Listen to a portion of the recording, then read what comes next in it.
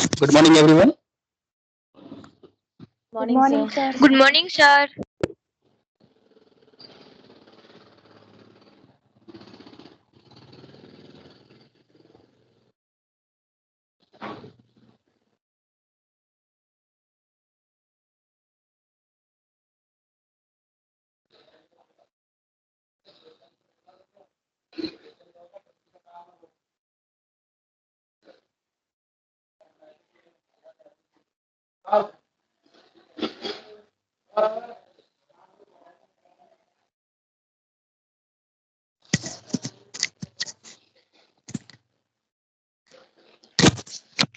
Okay, screen और voice clear है?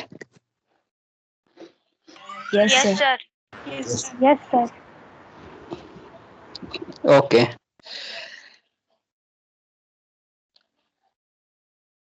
So today we are going to start Unit 2.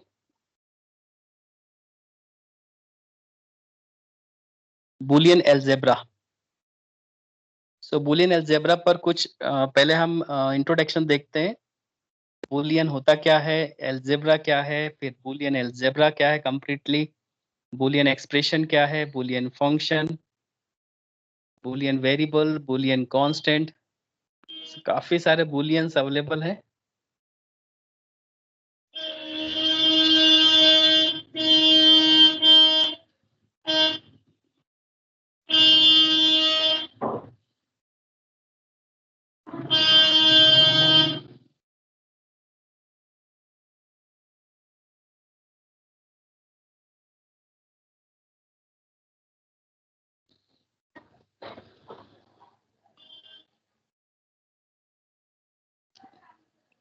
Okay, so Boolean variable either be true or false. यदि हम programming की बात करें तो बूलियन एक डेटा टाइप भी होता है. और यदि हमारे फंडामेंटल ऑफ कंप्यूटर ऑर्गेनाइजेशन की बात करें तो यहाँ पर हमें कई बार बाइनरी वैल्यूज पर कुछ ऑपरेशंस परफॉर्म करने होते हैं और उन ऑपरेशंस के जो रिजल्ट होते हैं वो या तो ट्रू होंगे या फॉल्स होंगे. जैसे आप इफ कंडीशन लगाते हो तो इफ कंडीशन का रिजल्ट या तो ट्रू होता है या फॉल्स होता है, राइट. सो अगर किसी भी कंडीशन का रिजल्ट ट्रू है या फॉल्स है उसको हम कैसे रिप्रेजेंट करें. यदि टेक्निकल देखें कि ऑपरेटिंग सिस्टम को ये कैसे पता चलता होगा कि इफ कंडीशन चलाना है या कब इफ कंडीशन को नहीं चलाना है, केस स्टेटमेंट को कब चलाना है, केस स्टेटमेंट को कब नहीं चलाना है, फॉर लूप को कब स्टार्ट करना है, कब उसको फिनिश करना है, कब कंडीशन ट्रू होगी तो कुछ प्रिंट करना है, कंडीशन फॉल्स होगी तो कुछ प्रिंट नहीं करना है. सो प्रोग्रामिंग स्टेटमेंट के बेस पर कई सारे रिजल्ट्स यस और नो पर पेंडिंग होते हैं. तो अगर कंडीशन ट्रू होगी तो कुछ स्टेटमेंट प्रिंट होते हैं या कंडीशन फॉल्स हुई तो कुछ स्टेटमेंट हम दूसरे प्रिंट कर सकते हैं या फिर हम कंट्रोल को लूप से बाहर कर सकते हैं. सो अब क्योंकि हम बुलियन वेरिएबल की बात कर रहे हैं तो बुलियन वेरिएबल्स या तो ट्रू हो सकते हैं या फॉल्स हो सकते हैं. अब ट्रू और फॉल्स को हम किस तरह से रिप्रेजेंट करें. So it may be noted like 1 और 2, 1 और 0.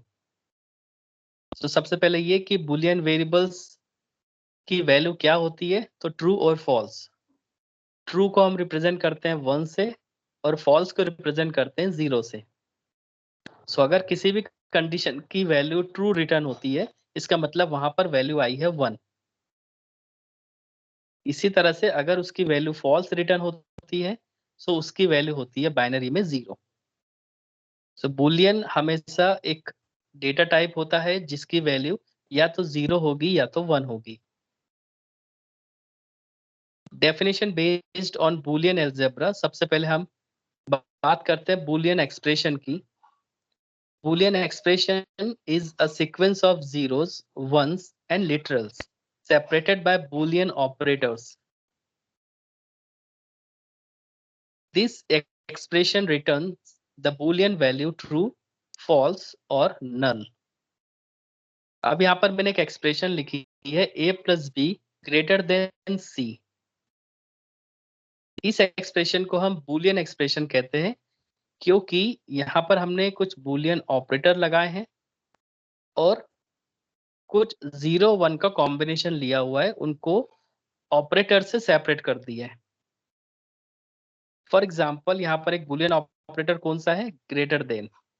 अगर ए और बी वेरिएबल की वैल्यू को ऐड करें, ऐड करने के बाद उसकी वैल्यू अगर सी से बड़ी आती है तो हमें कुछ कंडीशन करनी है, कुछ स्टेटमेंट प्रिंट करने हैं। अगर यही कंडीशन यदि आप इफ स्टेटमेंट में यदि मान के चले कि if A plus B greater than C, otherwise C.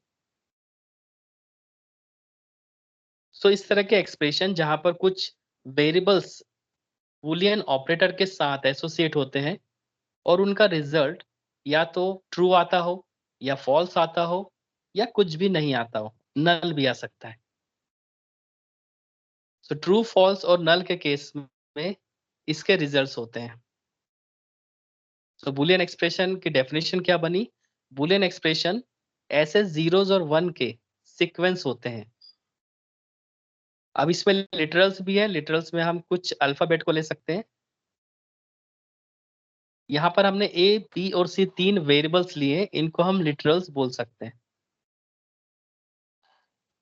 सो कुछ लिटरल्स का कॉम्बिनेशन या 0 1 का कॉम्बिनेशन ये हो सकता है बूलियन एक्सप्रेशन के अंदर। यदि आपको लिटरल्स नहीं लेने हो तो आप ए और बी की आस्की वैल्यू के साथ भी ऑपरेशन कर सकते हो। ए की आस्की वैल्यू 97, आप उसको बाइनरी में कन्वर्ट कर दो। बी की आस्की वैल्यू 98, आप उसको 2 से डिवाइड करके आस्की वैल्यू बाइनरी में कन्वर्ट कर दो। सो आपके पास ए और बी की कुछ बाइनरी कॉम्बिनेशंस आ सकते हैं। इसी तरह से प्लस ऑपरेटर का भी एक वैल्यू होता है 0 1 के कॉम्बिनेशन में, क्योंकि अल्टीमेटली यूजर इनपुट देता है ए प्लस बी का, बट प्लस ऑपरेटर भी अल्टीमेटली बाइनरी में कन्वर्ट होकर ऑपरेशन कोड में कन्वर्ट हो जाता है। सो ए और बी यहाँ पर दोनों ऑपरेंड है, प्लस यहाँ पर ऑपरेटर है। ऑपरेटर का भी अपना एक बाइनरी सीक्वेंस होता है और ए और बी का भी आस्की वैल्यू होती है, उस आस्की वैल्यू के बेस पर वो भी बाइनरी में कन्वर्ट हो जाता है। सो बुलियन एक्सप्रेशन एक ऐसे एक्सप्रेशंस होते हैं जो लिटरल्स या फिर 0 1 का कॉम्बिनेशंस होते हैं, जिनका रिजल्ट क्या होता है, या तो ट्रू या तो फॉल्स या तो null. So A plus B greater than C given expression is Boolean expression. So इस पर 1 मार्क्स या 2 मार्क्स की डेफिनेशन आ सकती है। Boolean expression क्या होते हैं? What is Boolean expressions? You have to write. Boolean expression is a sequence of zeros, ones, and literals separated by Boolean operators. This expression returns the Boolean value true, false, or null. For example, A plus B greater than C. Second, Boolean function. इसकी भी definition आती है exam में. So Boolean function is a specific Boolean expression. Generally, Boolean function is represented by capital alphabet with a possible subscript. अब Boolean expression तो technical होती है, इसको डायरेक्टली प्रोग्रामिंग में आप डायरेक्टली यूज कर सकते हो, बट यदि आपको उसको थ्योरेटिकल एक्सप्लेन करना हो तो हमें Boolean फंक्शन बनाने पड़ते हैं। अब Boolean फंक्शन हमेशा कैपिटल लेटर से और कुछ स्क्रिप्ट से आप लिख सकते हैं। जैसे आप यहाँ पे देख रहे हो एग्जांपल में F not equal to A B plus C. So F not या एफ जीरो, यहाँ पे जो जीरो है वो सब स्क्रिप्ट में है। So F zero equal to A B plus C, कुछ कैपिटल अल्फाबेट का कलेक्शन, उनके बीच में कुछ ऑपरेटर और कुछ सब स्क्रिप्ट, इनसे तैयार होता है बूलियन फंक्शन। तो ये है सेकंड डेफिनेशन बूलियन फंक्शन की।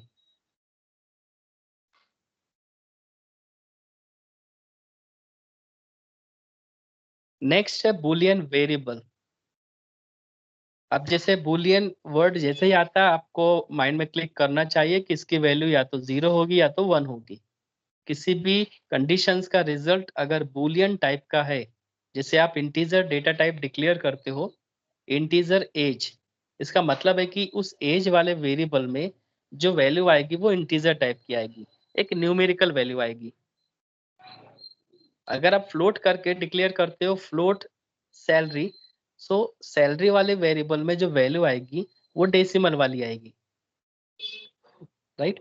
इसी तरह से कैरेक्टर भी डेटा टाइप है, जिसमें एक एक कैरेक्टर आता है। स्ट्रिंग भी डेटा टाइप है, जिसमें नंबर ऑफ कैरेक्टर्स आते हैं। इसी तरह से बूलियन भी एक डेटा टाइप है, जिसके अंदर किसी कंडीशंस के रिजल्ट्स आते हैं। तो अगर कोई फंक्शन भी आप डिक्लेयर करते हो और उसके रिटर्न टाइप अगर आप बूलियन देते हो, राइट, सो उसका रिटर्न टाइप अगर बूलियन है तो इसका मतलब है कि वो फंक्शन या तो ट्रू रिटर्न करेगा या तो फॉल्स रिटर्न करेगा। और ये हमेशा उस कंडीशन को हैंडल करते हैं जैसे फ्लैग वैल्यू होती है। सो फ्लैग 0 या फ्लैग 1, सी प्रोग्रामिंग में आगे आप जब स्टडी करोगे तो कुछ ऐसे प्रोग्राम्स आएंगे जहां पर आपको 0 और 1 के बेस पर कुछ काम कराना होता है। सो वहां पर हम उस फंक्शन का जो रिटर्न टाइप है वो उसको हम बूलियन टाइप का रखते हैं, ताकि उसका जो रिटर्न हो उसकी वैल्यू या तो 0 या 1 पे हमें कुछ कैलकुलेशन करने होते हैं। अगर 0 आता है तो हमें क्या करना है, उसको हम मेंटेन करेंगे फ्लैग इक्वल टू 0 से। और अगर 1 रिटर्न होता है उस फंक्शन के through, so flag equal to 1 पर जो भी हमें सेट करना हो उसको हम कर्ली ब्रैकेट के अंदर स्टेटमेंट बना देते हैं, जिसको हम बॉडी कहते हैं। सो फ्लैग इक्वल टू 0 की बॉडी अलग होगी, फ्लैग इक्वल टू 1 की बॉडी अलग होगी। सो प्रोग्रामिंग टर्म्स में इस तरह से हम बूलियन वेरिएबल्स का इम्प्लीमेंटेशन करते हैं। सो यहाँ पर आपको उसको थ्योरी पढ़नी है, थ्योरी क्या होती है, बट आपको प्रोग्रामिंग से आप उसको अच्छे से रिलेट कर पाओगे। So Boolean variable is a variable that takes value in some Boolean domain. Boolean variables एक ऐसे वेरिएबल होते हैं जो अपनी वैल्यू कहाँ से लेते हैं, एक बूलियन डोमेन से। अब डोमेन क्या, जहां पर कुछ वैल्यूज ग्रुप में कलेक्टेड फॉर्म में हो, राइट। अब यहाँ पे जो कलेक्शन है, जो डोमेन है, जो ग्रुप है, वहां पर दो ही वैल्यू मिलेगी, या तो 0 या तो 1। उसको ही हम कहते हैं बूलियन डोमेन, वहां से वो वैल्यू पिक करता है, या तो वो 0 पिक करेगा या तो 1 पिक करेगा। Boolean domain is a set consisting of exactly two elements whose interpretation include false and true।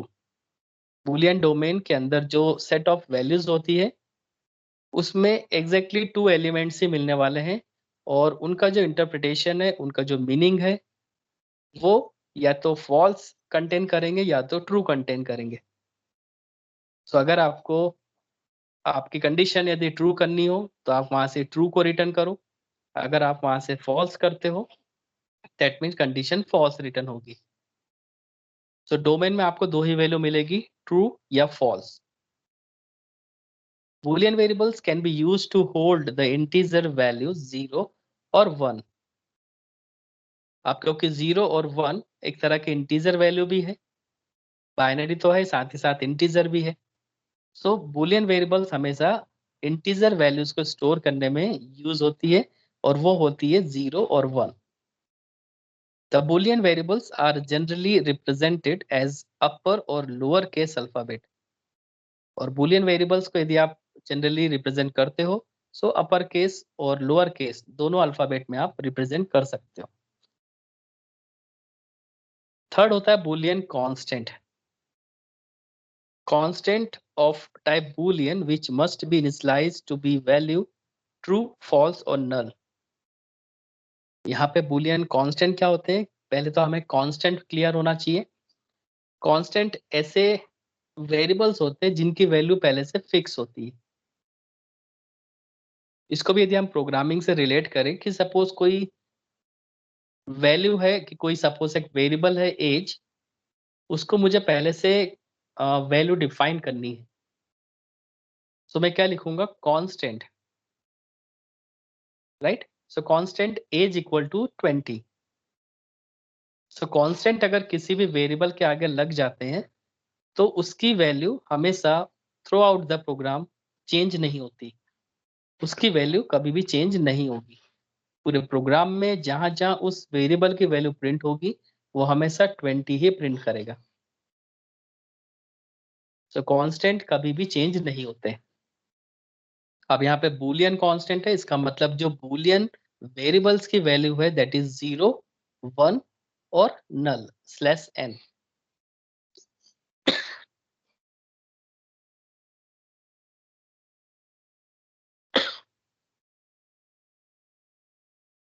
तो बूलियन वेरिएबल की वैल्यू यहाँ पे जो ट्रू, फॉल्स और नल है, इनकी वैल्यू आप पहले से आप इनिशियलाइज कर दो। और इनिशियलाइज करने का मतलब होता है कि आपने उसकी वैल्यू पहले से फिक्स कर दी। सो बूलियन कांस्टेंट एक ऐसे वेरिएबल्स होते हैं जिनकी वैल्यू पहले से इनिशियलाइज होती है। अब इनिशियलाइजेशन करना मतलब आप इनिशियली उस वैल्यू को असाइन कर देते हो उसके वेरिएबल्स। सो या तो आप ट्रू असाइन कर दो, या आप पहले से फॉल्स असाइन कर दो, या फिर नल असाइन कर दो। तो ये होते हैं Boolean constant.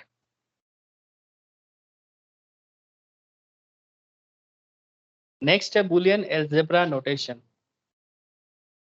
Boolean algebra notation में फर्स्ट बूलियन कांस्टेंट जिसकी वैल्यू आप 0, 1 या नल तीनों में से कोई भी एक सेट कर सकते हैं। स्ट्रिंग के केस में आप नल सेट करते हो, और मोस्टली जो कंडीशंस के केस में या किसी इंटीजर के केस में, उसके कैलकुलेशन के केस में 0 और 1 करते हो। Boolean variables any character in lower case और अपर केस, उसको आप बूलियन वेरिएबल्स बोलते हो। वो उस बूलियन अलजेब्रा के नोटेशंस में इंक्लूड रहेगा। और सिंबल ऑफ इक्वलिटी, वहां पे आप इक्वल लगा सकते हो, जैसे F not equal to A plus B या AB प्लस सी, दो वेरिएबल्स का प्रोडक्ट और उसका C वेरिएबल के साथ एडिशन, इसका रिजल्ट जो आएगा वो F नॉट में स्टोर होगा। तो वो सिंबल ऑफ इक्वलिटी कहलाता है। आप इक्वल सिंबल से बूलियन अलजेब्रा के नोटेशंस को रिप्रेजेंट कर सकते हो। Equal which is used to indicate the equality relationship variables. So अगर दो इक्वल लगा हुआ है तो इक्वल के लेफ्ट हैंड साइड की जो टर्म्स है वो राइट हैंड साइड के टर्म से इक्वल होती है। तो एक रिलेशनशिप बताता है कि ये इक्वलिटी शो करता है। फोर्थ होता है dot sign, indicate logic product of two variables. अगर दो वेरिएबल के बीच में अगर डॉट प्रोडक्ट है, इसका मतलब है कि वहां पर मल्टीप्लिकेशन होगा। तो डॉट प्रोडक्ट या डॉट साइन इंडिकेट करता है दो वेरिएबल्स के बीच में लॉजिकल प्रोडक्ट। फिफ्थ होता है बूलियन अलजेब्रा नोटेशन में आपको प्लस देखने को मिलेगा। सो प्लस साइन इंडिकेट करता है उनका लॉजिकल सम। सो दो टर्म्स के बीच में लॉजिकल सम रिप्रेजेंट करता है प्लस ऑपरेटर। एंड सिक्स होता है ओवरलाइन। ओवरलाइन इंडिकेट करता है कॉम्प्लीमेंटिंग। कॉम्प्लीमेंटिंग का मतलब है कि जस्ट उसकी अपोजिट वैल्यू। यदि किसी वेरिएबल के ऊपर 5 लगा, दैट इज सपोज 5 के ऊपर अगर बार लगा हो या ओवरलाइन है, जिसको हम कहते हैं कॉम्प्लीमेंट वैल्यू। सो +5 और -5 को लिखने का तरीका होता है बूलियन में, बूलियन अलजेब्रा नोटेशन में। अगर कोई वैल्यू हमें कॉम्प्लीमेंटेड फॉर्म में लिखनी हो तो उस वेरिएबल के ऊपर या उस न्यूमेरिकल के ऊपर आप बार लगा देते हैं। इसको हम कहते हैं इनकॉम्प्लीमेंटेड नेगेटिव वैल्यू। सो बूलियन अलजेब्रा नोटेशंस में ये 6 पॉइंट होते हैं जिनको आपको एक्सप्लेन करना होता है। फर्स्ट, बूलियन कांस्टेंट 0 और 1 के फॉर्मेट में। बूलियन वेरिएबल्स लोअर केस और अपर केस के फॉर्मेट में मिलेगा। सिंबल ऑफ इक्वलिटी, टर्म्स के बीच में आपको इक्वल के सिंबल मिलेंगे।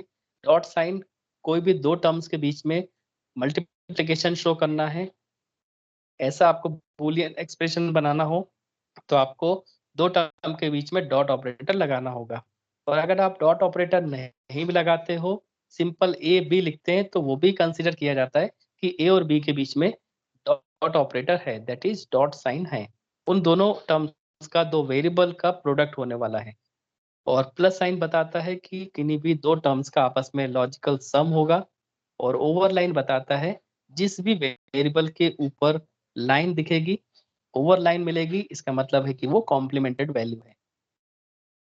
सो इतने पॉइंट आपको बूलियन अलजेब्रा नोटेशंस में लिखने हैं। अगर क्वेश्चन आता है कि बूलियन एक्सप्रेशन या बूलियन अलजेब्रा नोटेशंस में क्या क्या इन्वॉल्व होता है, या explain the Boolean algebra notation in detail, so आपको ये 6 पॉइंट को विद एग्जांपल बताने।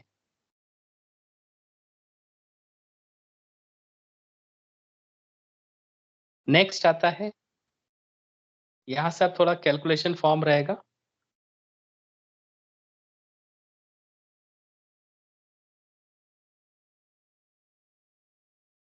Binary logical operator. Logical operator 3 तरह के होते हैं।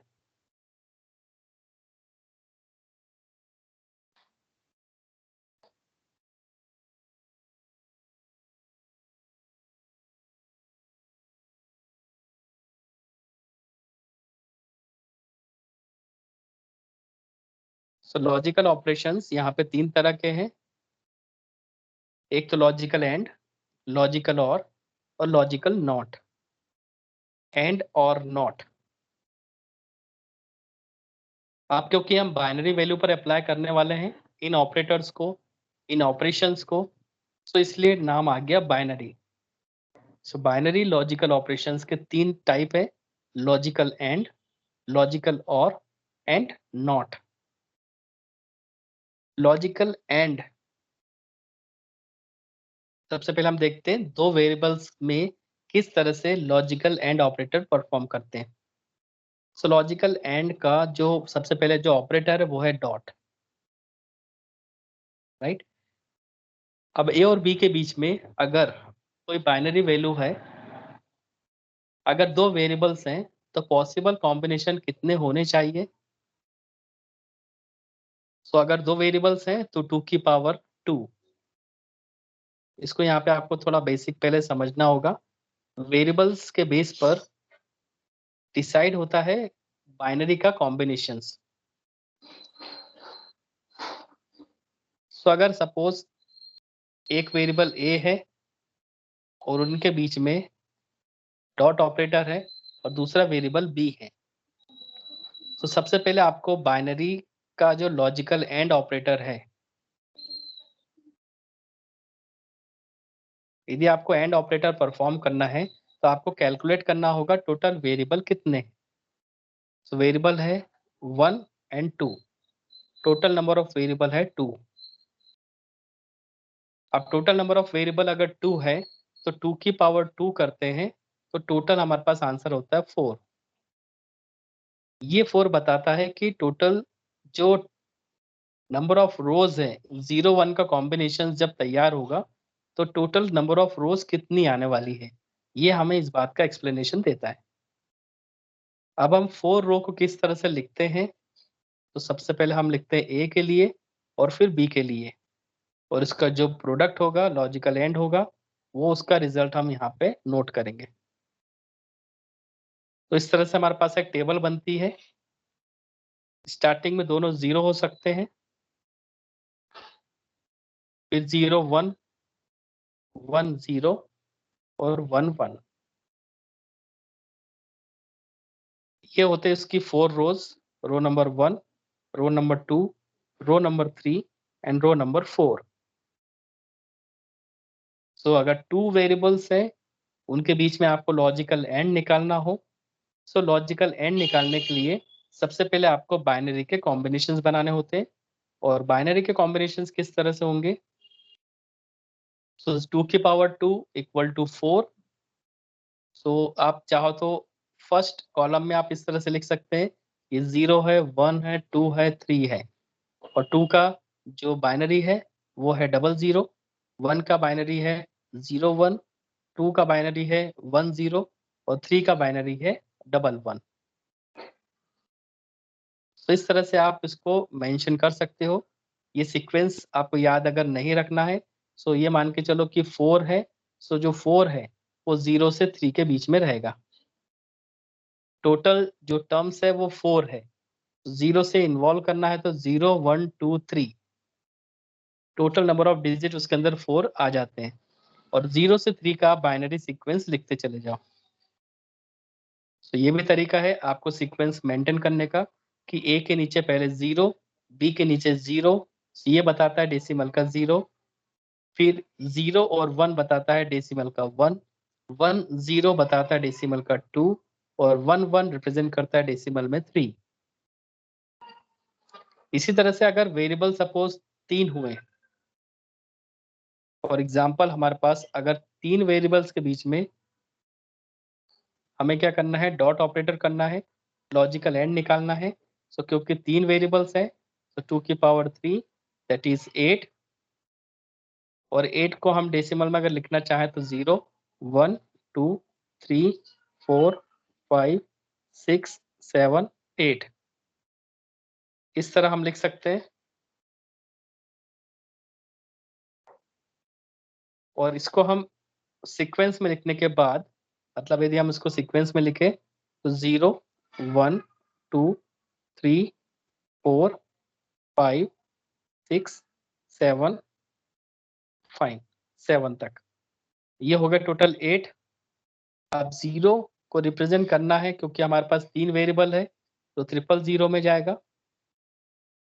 सो ए बी सी आप इसको कंसीडर कर सकते हैं। कैपिटल ए की वैल्यू 0, कैपिटल बी की वैल्यू 0, कैपिटल सी की वैल्यू 0। फिर आपको 1 को कन्वर्ट करना होगा बाइनरी में, सो 0 0 1। 2 को करना होगा 0 1 0। 3 को करना होगा 0 1 1। 4 को करना होगा 1 0 0। 5 को करना होगा 3 बिट में रिप्रेजेंट 1 0 1। 6 को करना होगा 1 1 0, और 7 को करना होगा 1 1 1।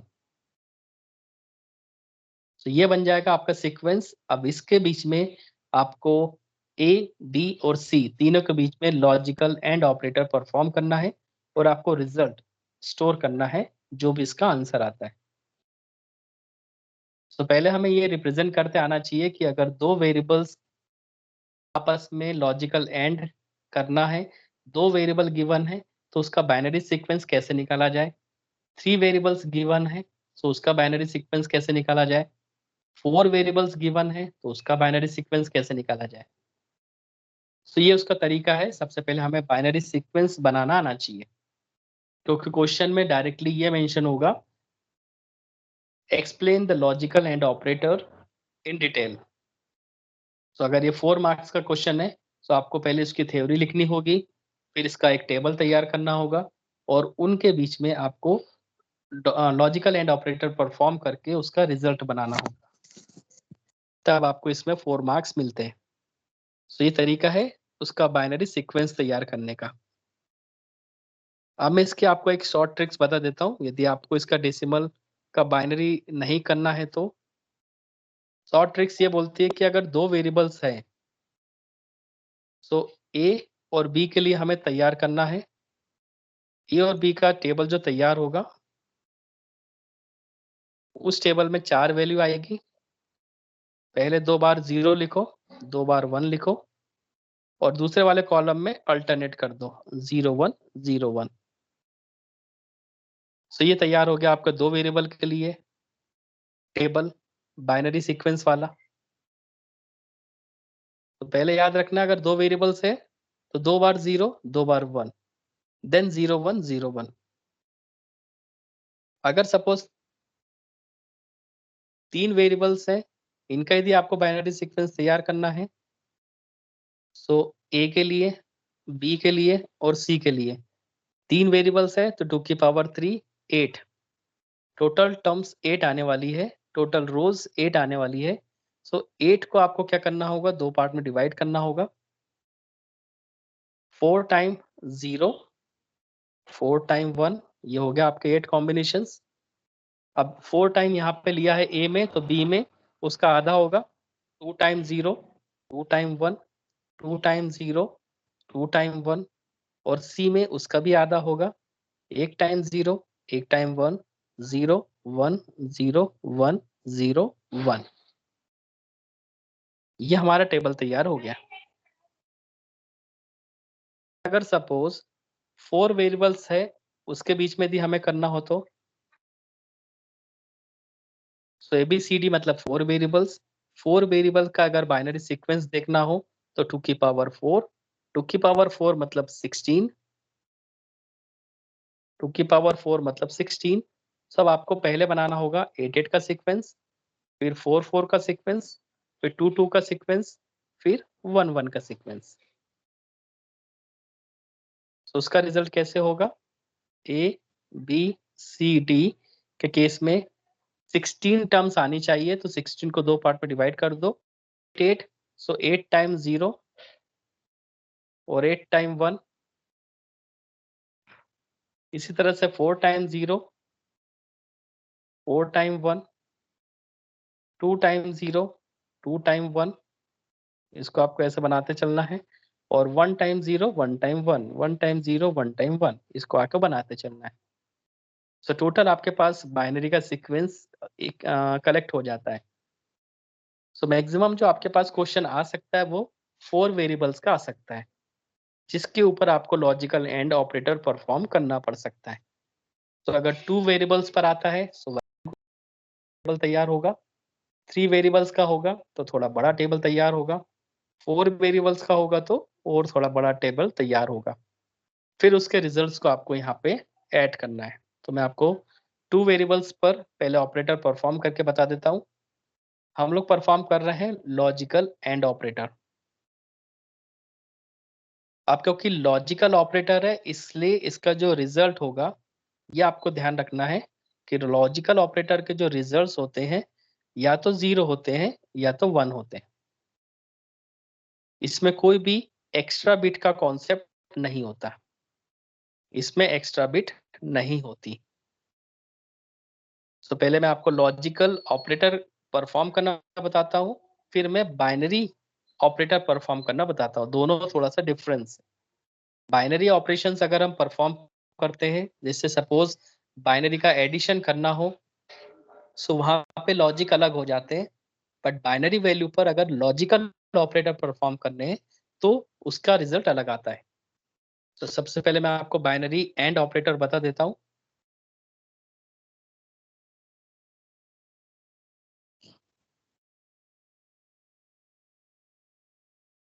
अगर हमारे पास ए वेरिएबल है और बी वेरिएबल है, दो वेरिएबल्स हैं, और इस पर यदि हमें लॉजिकल एंड ऑपरेटर परफॉर्म करना है, तो दो वेरिएबल्स हैं तो हम पहले टेबल तैयार कर लेते हैं बाइनरी सीक्वेंस वाला। तो 2 बार 0 और 2 बार 1, एक बार 0, एक बार 1, एक बार 0, एक बार 1। ये हो गया हमारा टेबल तैयार ए और बी के लिए बाइनरी सीक्वेंस। अब हमें लॉजिकल एंड ऑपरेटर परफॉर्म करना है। सो यहाँ पे 0 का मल्टीप्लाई 0 के साथ होगा। सो 0 इंटू 0 0 होगा, 0 इंटू 1 0 होगा, 1 इंटू 0 0 होगा, 1 इंटू 1 1 होगा। ये कहलाता है लॉजिकल एंड ऑपरेटर, जिसका रिजल्ट या तो 0 आएगा या तो 1 आएगा। इसमें कोई भी एक्स्ट्रा बिट का कॉन्सेप्ट यहाँ पर नहीं आएगा।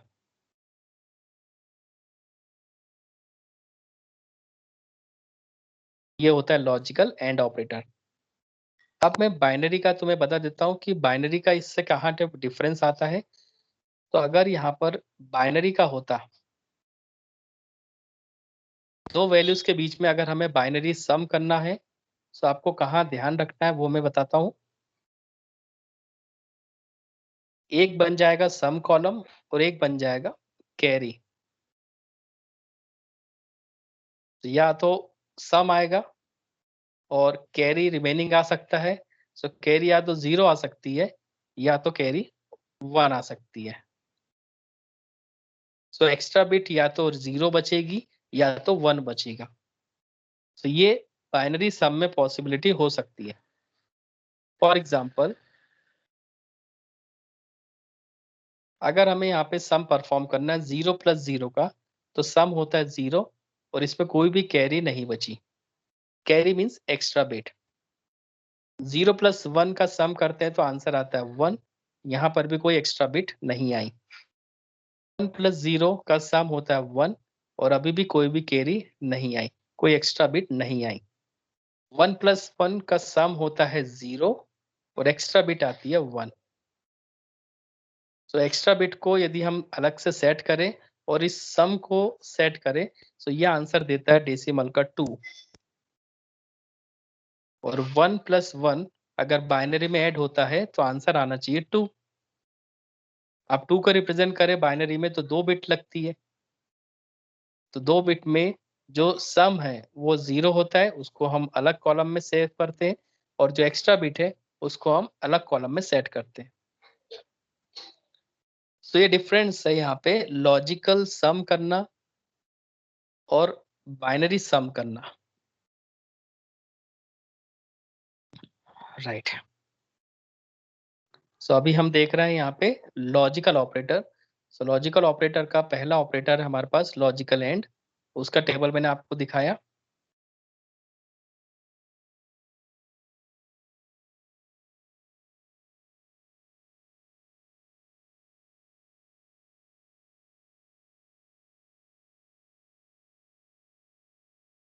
लॉजिकल एंड आपको क्लियर हुआ होगा अभी जस्ट। अब लॉजिकल और कर लेते हैं।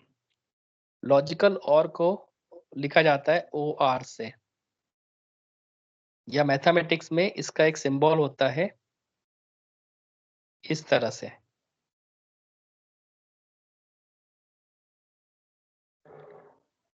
दो तरह के सिंबल होते हैं, एक लॉजिकल एंड का होता है इस तरह से जिसको आप पावर सिंबल बोलते हो या कैप बोलते हो, और इसका जस्ट अपोजिट होता है वी। ये कहलाता है लॉजिकल एंड और ये कहलाता है लॉजिकल और क्योंकि लॉजिकल ऑपरेटर है तो आपको 2 बार एंड लगाना होता है, 2 बार लॉजिकल और लगाना होता है। मैथमेटिक टर्म्स में ये भी आ सकता है कि आपको 2 वेरिएबल के बीच में लॉजिकल एंड परफॉर्म करना है, तो डायरेक्टली ये सिंबल भी बताता है कि ये लॉजिकल एंड है, और जहां पर स्पेस खुला हुआ रहता है वो कहलाता है लॉजिकल और ये दोनों दो है ये प्रोग्रामिंग टर्म्स में यूज होता है। अगर आपको 2 वेरिएबल के बीच में या 2 कंडीशन के बीच में लॉजिकल एंड करना हो तो आपको लगाना होता है डबल %, और अगर लॉजिकल और परफॉर्म करना हो तो आपको लगाना होता है लॉजिकल और 2 पैरेलल लाइन,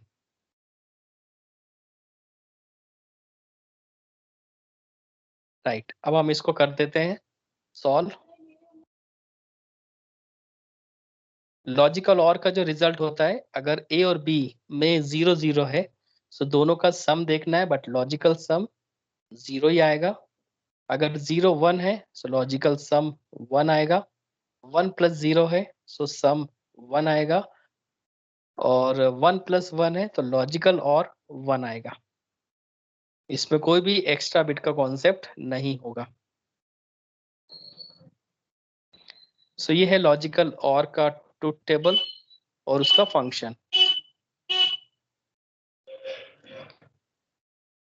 अब इसके बाद हमारे पास होता है लॉजिकल नॉट। तीसरा ऑपरेटर होता है लॉजिकल नॉट।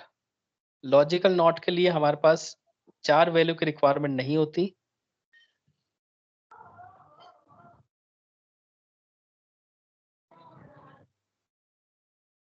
लॉजिकल नॉट में केवल इतना याद रखना होता है कि अगर लॉजिकल नॉट ऑपरेटर किसी भी वेरिएबल के ऊपर अप्लाई होगा तो उसका अपोजिट हो जाएगा। अगर 0 है तो 1, 1 है तो 0।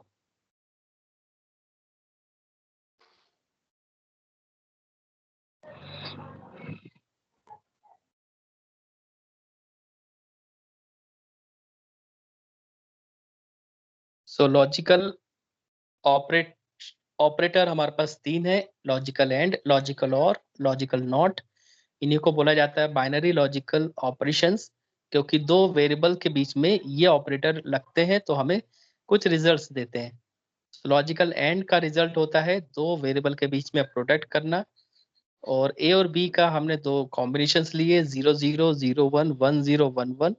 इनका जो रिजल्ट है वो 0 0 और 1 आता है, क्योंकि अगर दोनों सिग्नल लो है या दोनों में से एक भी लो है तो रिजल्ट लो आएगा। लो मीन्स 0 आंसर आएगा। और अगर दोनों सिग्नल हाई है तो ही रिजल्ट 1 जनरेट होगा। सो 0 को लो सिग्नल भी बोला जाता है और 1 को हाई सिग्नल बोला जाता है। सो लॉजिकल एंड इस तरह से परफॉर्म होगा। लॉजिकल और का ट्रुथ टेबल ये रहेगा, ए और बी दो यहाँ पे ऑपरेंड है, उनके बीच में जो लॉजिकल ऑपरेटर है वो प्लस है। आपको क्योंकि लॉजिकल और परफॉर्म करना है, दोनों का सम करें तो 0 + 0 रिजल्ट आएगा 0, 0 + 1 1, 1 + 0 1, 1 + 1 1। कोई एक्स्ट्रा बिट का यहाँ पे कॉन्सेप्ट नहीं है क्योंकि लॉजिकल और परफॉर्म हो रहा है। सिंबल जो इसका रिप्रेजेंट होता है वो वी जैसा होता है। सो ए और बी आप इसको इस तरह से बोल सकते हैं मैथमेटिक्स टर्म्स में, और प्रोग्रामिंग टर्म्स में इसके अलग अलग सिंबल्स हैं, वो मैंने आपको बताए थे। और एक होता है लॉजिकल नॉट। लॉजिकल नॉट का मतलब होता है नेगेशिएशन या कॉम्प्लीमेंटेड वैल्यू, नेगेटिव वैल्यू। सो ए है, अगर उसकी वैल्यू जी है, 0 है, तो जो लॉजिकल नॉट ऑपरेशन अगर परफॉर्म हो जाता है ए पर तो 0 कन्वर्ट हो जाएगा 1 में, और अगर ए की वैल्यू 1 है तो उसका आंसर हो जाएगा 0। सो वाई यहाँ पे रिजल्ट है लॉजिकल नॉट ऑपरेटर का।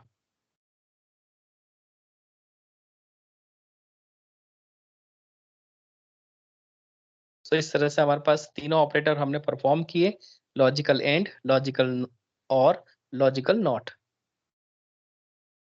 अब जो हमने टेबल तैयार की थी उसको हम कहते हैं truth table.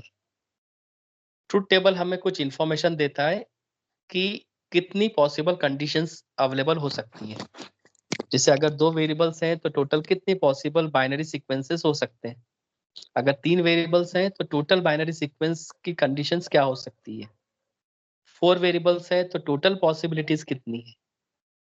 So truth table is a mathematical table which describes output of a logical function in terms of its input and for all combinations of different inputs.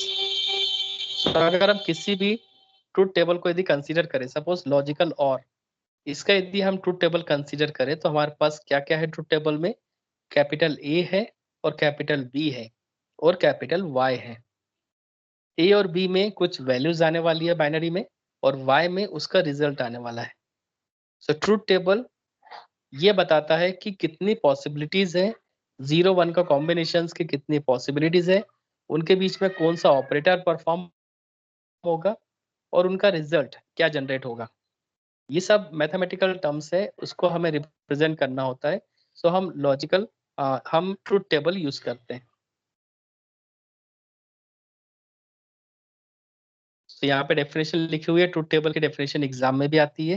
Truth table is a mathematical table which describes output of a logical function. क्योंकि हमने देखा कि हमारे पास ए और B का जो result है वो वाई में स्टोर हो रहा है।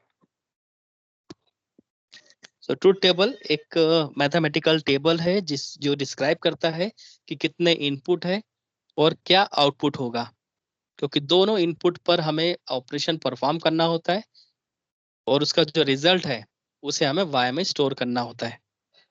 सो इनपुट, आउटपुट और उनके बीच में जो ऑपरेशंस है उनको प्रॉपरली डिफाइन करता है ट्रूथ टेबल। और इसके एग्जाम्पल में आप किसी का भी एक ट्रूथ टेबल ले सकते हैं, चाहे आप लॉजिकल और कर लो या लॉजिकल एंड ऑपरेटर का हो, किसी का भी आप एक एग्जाम्पल लेके इसको समझा सकते हैं ट्रूथ टेबल कैसे डिजाइन हुआ है।